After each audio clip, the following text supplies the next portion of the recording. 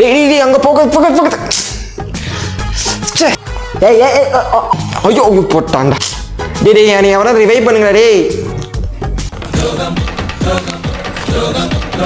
நான் ரிவைவ் பண்ணல. சே இவனை வேற ரிவைவ் பண்ணுமா? பண்ணிட்டானுங்க.